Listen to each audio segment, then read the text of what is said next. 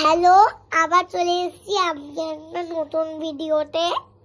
সেই ভিডিওটা তোমরা পুরোটা আমার ব্লগটা দেখবে আর শুনবে।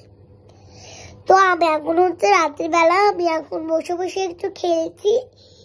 খেললে হয়ে গেলে আমি একটু খাবো। খেয়ে দিয়ে আমার বাবা আসবে।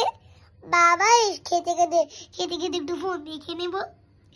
তারপরে কি করবো? তারপর বাবা আসবে, বাবা এসে বাবাকে মা খাবার দেবে, বাবা বাথরুমে যাবে, জামা কাপড় চেঞ্জ করবে, তারপর আমরা খেয়ে দিয়ে সবাই মিলে নাইট ওয়াক করব আর ঘুমিয়ে পড়বো।